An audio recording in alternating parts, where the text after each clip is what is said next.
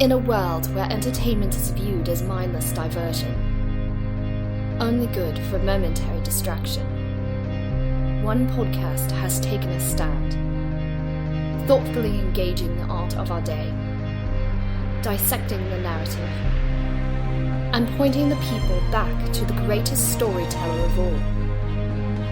You are about to enter a new world, and you will never view entertainment in the same way again. This is Popcorn Theology.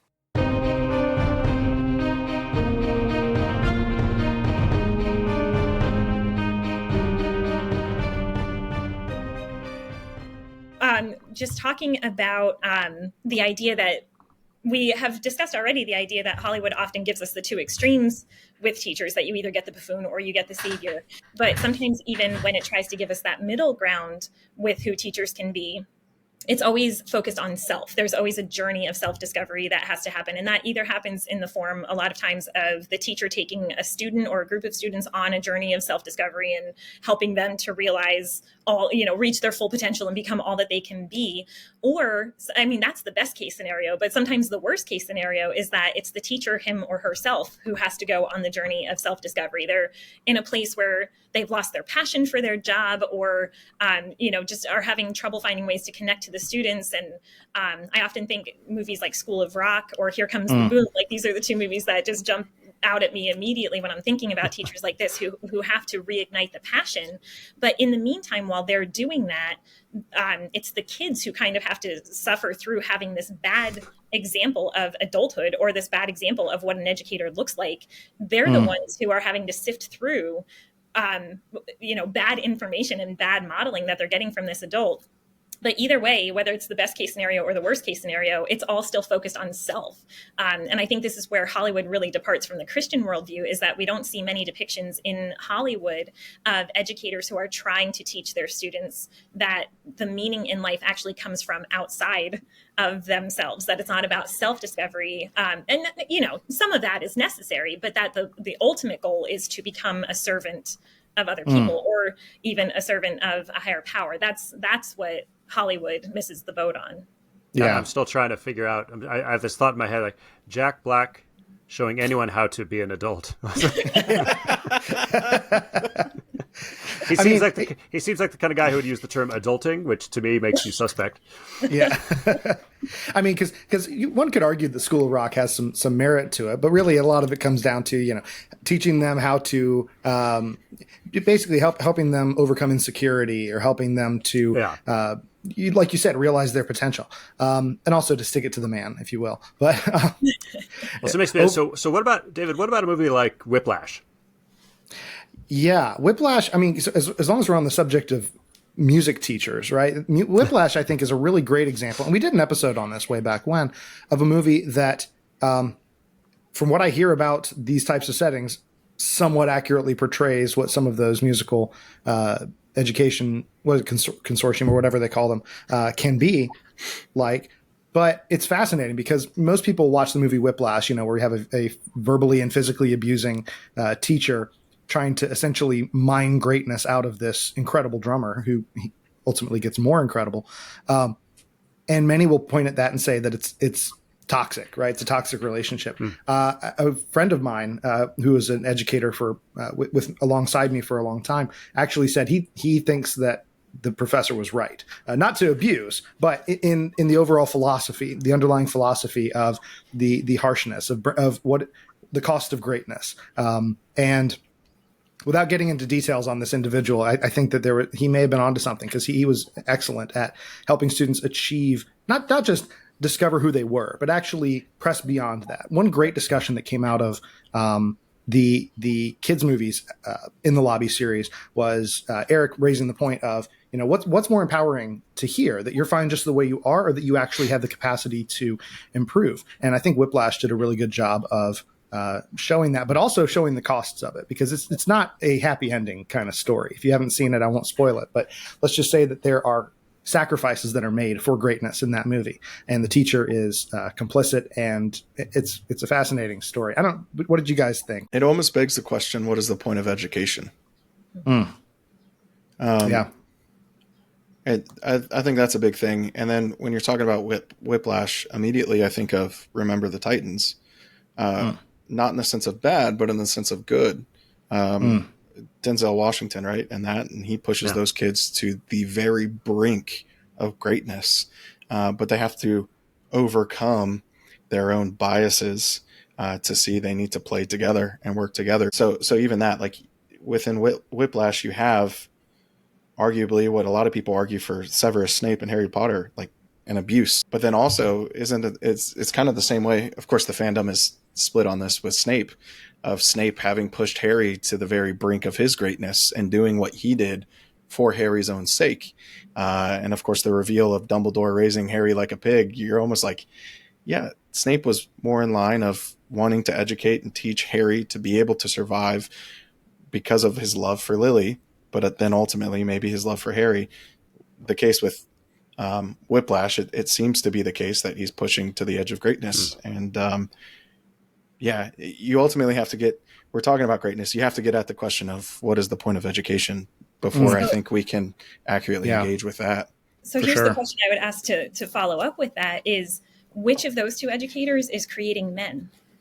Like actual men who will become good fathers, good husbands, good leaders of their own homes. So I would argue that in Whiplash, and this is why I love that you all do the receive, reject, redeem portions of the episodes. And because Whiplash is a movie that I really think gives you a lot for all three of those categories. You could go through that movie and find something to fit in all three of those categories. It's not necessarily wrong to be hard on somebody, but all that teacher created was a good drummer. He didn't create a good man. Whereas I think Denzel Washington's character in Remember the Titans, I think we can look at him as a more maybe model educator in film, because he is taking boys and turning them into men who will be good leaders of their homes one day. And I think maybe, Jam, to your point, that maybe that is the purpose of education, is that we need to be bearing in mind the future of these students as well. What kind of people do we want these kids to become? Not just who are you right now, but how do I help you progress on your journey? And especially as a high school teacher, I'm often thinking that these kids are only a few years away from adulthood. So how do I help you on that journey to adulthood? So I think that maybe for me, that would be the difference between the harshness that we see in Whiplash versus how we see Denzel being tough on the boys and Remember the Titans. So that's a good to be point. To be clear, we want Denzel Washington from Remember the Titans and not Denzel from Training Day. Right. That's probably the wrong education.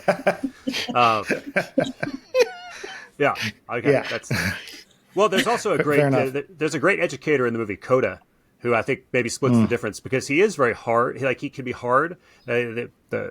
His student is late. She shows up late quite a bit, and she has reasons, but he's just like, you can't waste my time, and you're either in this or not. And so he's hard in a way that but it actually makes sense, and it's not done out of a place. So you don't get the sense in Coda that educator has their own issues or is trying to maybe work something out vicariously through their student, which is sometimes a problem we see in some of these movies too. And maybe even in education sometimes, I don't know if that happens to teachers, like, oh, I'm going to train this person to be that thing I always wanted. Or it's like, well, your motivation's a little off there.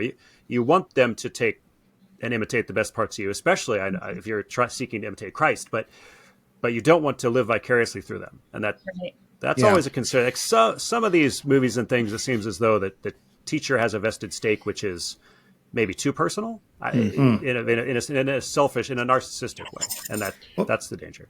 It makes me think of the movie because so we asked on our Facebook page and in the group and in some other channels, what for people to give recommendations, right? What are some good films for discussion related to education? And Good Will Hunting came up a couple of times, which I thought was interesting because I don't primarily think of that as a film about education. Maybe if you were to try and see what profession it highlights, therapy is going to be one of the top ones.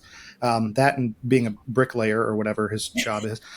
But if the Stellan Skarsgård character, from what I recall, he has a major vested interest in Will becoming this great scholar, this great genius. And it was essentially to try and ride on his coattails. If I remember right, there was at least some conflict there between, are these really altruistic motives, or is he simply trying to basically, kind of like what's happening with Whiplash, he's trying to make him great, but to what end? And so, and guys, had any other thoughts related to the Good Will Hunting story? And is that something that should be emulated in the teacher perspective? Or, I mean, it's been so long since I've seen it. That's the problem.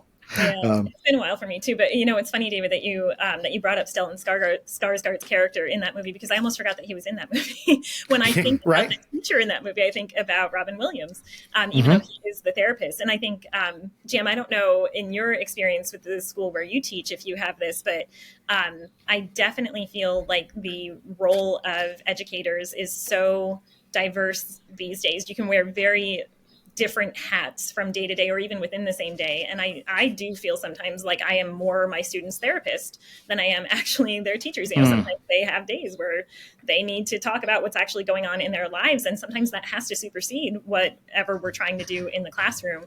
And again, we talked about the journey of self-discovery. And I think ultimately that's kind of what Good Will Hunting is going after too. So I'm certainly not saying that is a great picture of education. But it is a movie that comes to my mind when I think of education, because of the role that a good listener can play in the life of a student.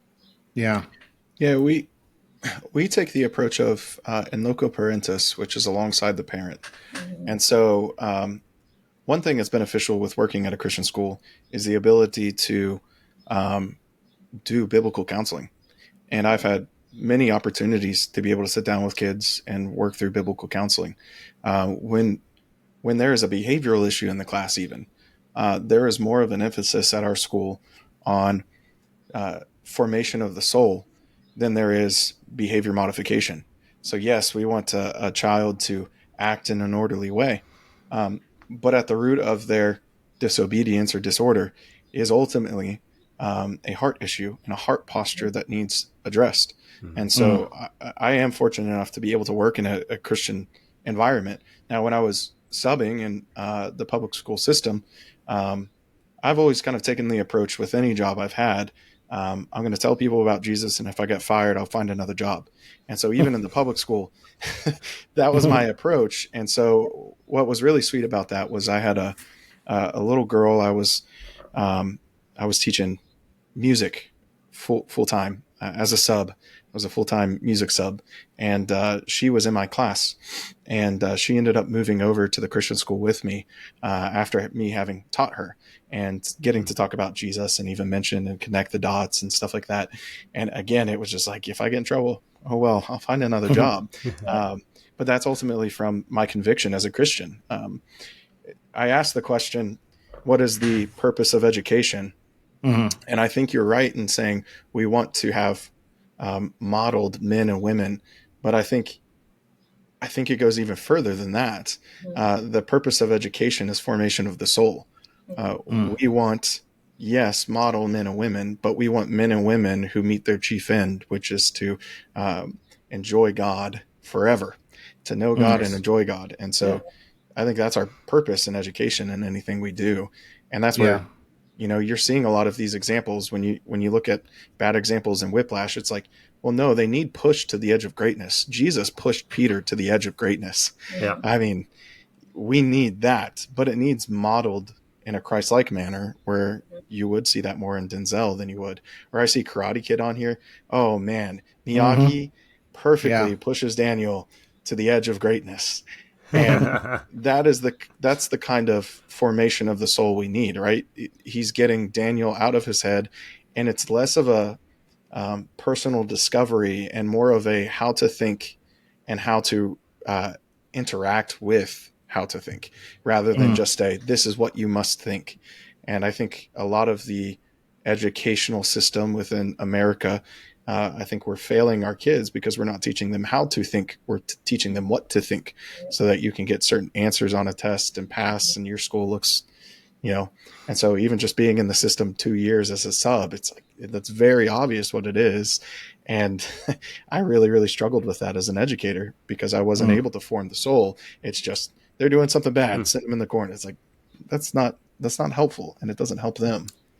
So you mentioned Miyagi, and that, and I think that is probably an interesting one. You don't think of, we talk about education, we start thinking of school movies, but that one has a unique opportunity. There's actually a guy in our church that teaches Gung Fu for Christ, and teaches basically, teaches martial arts, but it's sort of his ministry and can get people into conversations and things. And Miyagi almost represents maybe that.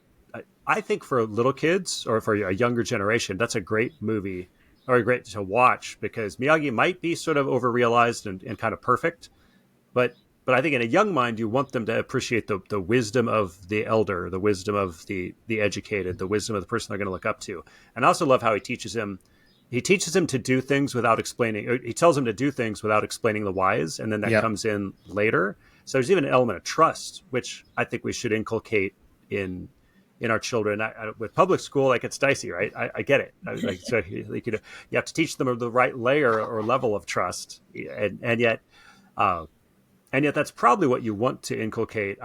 Oddly enough, what sprung to mind was something I would never have put into this session, but Batman Beyond is sort of the counterpoint to that. Going back to Bridget's earlier comments, you have about a character who almost has, like, Bruce Wayne and his disciple are both on this sort of journey of rediscovery, and so that there you've got the very, very flawed teacher who's very, very broken, and so he's like the anti-Miyagi at that point. So you kind of and for an older person, for an older child, or for a high schooler, for to begin to realize that, and especially, of course, if you're going to be in public school, you're going to be encountering teachers that you absolutely should. You're not going to get a holistic life from them. You may be saying, I need to cherry pick, I need to reject, receive, redeem with my teacher. Just the same way I would with a movie, right? That's like, okay, my teacher's going to be flawed. I need to reject, receive, redeem, especially if they are not a Christian, because they're not going to go for that soul formation that you're talking about. So, there are more education movies than maybe we think about when we actually stop and think about it. And I will mention, for the record, Miles, you must be very proud right now. You're not even on this episode, and still Batman came up. Batman got in. One thought I had is an example of trying to teach or shepherd to the model man without formation of the soul is the tragedy of Anakin Skywalker. Like, if you think of the master apprentice hierarchy that's presented in the Star Wars universe, Obi-Wan Kenobi, at least within the second one, of course, in the first one, he's reluctant. He's not really on board with training Anakin. But then within the second one, you see a constant push against Obi-Wan's teaching and his wisdom and those kinds of things. Now, Anakin, for all intents and purposes, is the model Jedi, to the point where even when you go into, like, the Clone Wars series and things like that, like, he is well revered. He's a general. And even in Revenge of the Sith, he is on the council without being a master. But he's not a master. Yeah. So he is the model Jedi. Yeah. Like, that is what the Jedi need to look like within Revenge of the Sith, but you see the lack of formation of the soul, because instead of him going to someone who has been working to formulate his soul, Obi-Wan Kenobi, he ends up going to Palpatine, who has actually been more intentional on formation of the soul. He's telling him what he wants to know, and he's trying to get him into a certain path. He's even not telling him this is what you need to think, but Palpatine is saying this is how you need to think. The opposite is Obi-Wan is this is how you need to think. This is what a Jedi does. This is how a Jedi does it. So you do it because you're a Jedi. And so you have a very clear example. It's unfortunate that Palpatine is formulating the soul, because he's clearly the bad guy in the series. But that's what happens when you're just going towards the model man versus forming the soul. You do have almost he's not quite there yet. And then you do have the progression into the dark side as a result of that. So and another interesting... Oh, sorry. Go ahead, Bridget. I'm sorry. I was just going to say, in response to both of those stories as well, what do you think about Batman Begins as the opposite of that? So, James, to your point earlier, too, when the student becomes capable of receiving, rejecting, and redeeming him or herself, I think in Batman Begins, we almost see Bruce Wayne being able to, it's like the opposite of what you were just talking about, Jam. You have the student who is able to receive, reject, redeem from Ra's al Ghul and decide for himself to actually, he's like the inverse of Anakin. He becomes the good guy as opposed to the path that Ra's al Ghul would have had him go down. Wow, Bruce Wayne as the counter Anakin Skywalker. I don't think That's fantastic. Never quite put those two together, but it makes, certainly in Christopher Nolan's film, that makes it makes perfect sense, because he learns and takes and gleans a lot, but he's able to reject the absolutely the immoral extremes of his teacher. And I think that's sometimes where I think sometimes, maybe depending on the context, like if we have a strong, educated child, we don't have to fear sending it. Everybody's got to know their kid. I have people in our church who have their kids in public school. Some who've pulled them out to go to private school. And part of it's knowing your child. Are they Anakin or are they Bruce? Like, how are they doing? Like, can you put them in that environment? Like, can they glean? You're talking about Whiplash. Like, here's somebody who could teach you how to be a really good drummer, but they are not going to form your soul. But is your soul formation coming from somewhere else, home or church? And you can actually go into that environment and receive from a Ra's al Ghul, but just receive the parts you need and reject that the parts where their worldview clearly goes astray and into poor territory. I think a parent has to know their child, or we should, or if some of us are seeking future education, doesn't matter our age, like which environment are we putting? Do I have a lifeline? Do I have my good soul formation? Can I go glean from somebody who's not a Christian, or am I gonna get swayed? Because we shouldn't even stop. That conversation doesn't stop at 18 or 22. Right. That conversation could be. We got people deconstructing at 60. So well, and that comes back to how to think, right? Yeah. If a child is taught how to think, then you can put them in situations with Ra's al Ghul, and you clearly get the Bruce Wayne. Like, I'm going to reject this. There are good things that I learned. I can protect Gotham because of the things I learned, but I'm rejecting his immorality. As opposed to Anakin Skywalker, you have Obi-Wan in the climax of Revenge of the Sith saying, "I have failed you, Anakin," and that's him realizing he's failed him as a brother, he's failed him as a mentor, and he's failed him as a friend, and ultimately he's failed him because all he's tried to do is get Anakin to be essentially check every box to be a Jedi. He's not taught Anakin how to think. He's taught Anakin, this is how you must think. And I think that's where you come down to it. Formation of the soul is ultimately pointing them towards what is good, true, and beautiful, and helping them to think through what is good, true, and beautiful. And how do we know that? You can't answer how do we know questions without being taught how to think. It's called the triage. You have grammar, logic, and rhetoric, and it's this holy triage. The trivium. That's it. Is this a logical conclusion? Is the way in which it is communicated helpful, or is it confusing? Right. So you get into this entirety of how to think, which then helps you to then start engaging with the world around you, which is why Bruce Wayne is able to make the choices he does, as opposed to Anakin Skywalker, I think. Well, he's a great picture of community as well. He's never alone. He has Lucius around him. He has Alfred. He has Jim Gordon. He has Rachel. So he surrounds himself with the right people to be able to know what to receive, reject, and redeem, which is, again, the departure, what makes him different from Anakin. I was just going to say, there's a beautiful moment in the Clone Wars, the animated series, where you find out that Obi-Wan Kenobi actually had a love interest. And so what becomes even more heartbreaking about the tragedy of Anakin is the fact that Obi-Wan, if he had been working alongside Anakin to formulate his soul, Obi-Wan could have been a wonderful resource to Anakin Skywalker, because he actually says at one point he was going to walk away from the entirety of the Jedi Order. This is while Qui-Gon is still alive, because he was put on a protection detail to protect the Duchess of Mandalore. And so it's like Obi-Wan knows sacrifice, and he's not as clear-cut and dry as Anakin perceives. But Anakin perceives it because his soul hasn't been formulated. He has just been a checklist that Obi-Wan has gone down as his master. And so even that is like, man, there's so much that he could have gleaned in that moment from his master.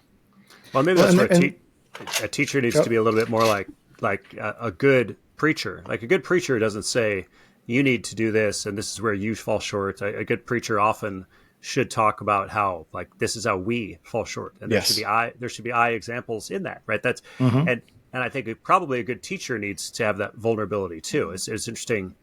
I think part of what made this recent movie that came out, The Holdovers, right, was you see this teacher and a student. It fits more in the category of both broken, but there's some growth that happens by realizing that the teacher is also a human, that the teacher is. There's some growth actually for the student that happens in realizing that. And like I say, that you've got that bit of symmetry between you. You aren't that far apart, which, I mean, a teacher may have a lot to impart, but especially as a Christian, like we should both, we're still children before God, both of us. Yeah. You know, 50 and 12, like before God, we're both children. We have something to impart, but we're not, it is not the high gulf in terms of like God and man, teacher and student. The only teacher that is Jesus, right? So it's like we've fallen back on our old tropes, on our favorite genre films. We may have gotten away from the education films, but The Holdovers was a recent one that kind of struck me in the both learning and both learning how to do, both growing through the experience, which I would think for, I'm just going to guess, with you guys with more than a couple of years of public and private school education, I'm guessing you have grown. Like we see in some of these movies, you guys have probably had some epiphanies and growth through the experience, just like your students, right? For sure. I mean, and I think we'll get to a lot more of that in the next segment, right? Because we're going to kind of dive a bit into the theology and philosophy of education and our experience with that as time permits. But I think that another interesting one that, again, we wouldn't think of primarily as an education story. We just wrapped up Mutant Month, right? And so we have all episodes on all of the X-Men, or most of the X-Men films. It's a school. It is a school, right? So both formally a school, and in a sense, we've got the X-Men and we've got the Brotherhood of Mutants. We've got two opposing ideologies, two schools of thought, if you will. And in the film First Class, we kind of see the origin of that rift that takes place between those two groups.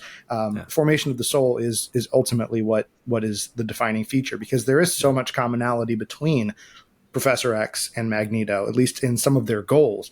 Their responses are different, and then they end up diverging down what ultimately seems like similar paths. And then they end up so far apart from each other. And so there's plenty more to go back and dive into in terms of maybe even philosophy of education from some of those movies that weren't really our primary emphasis when we covered them.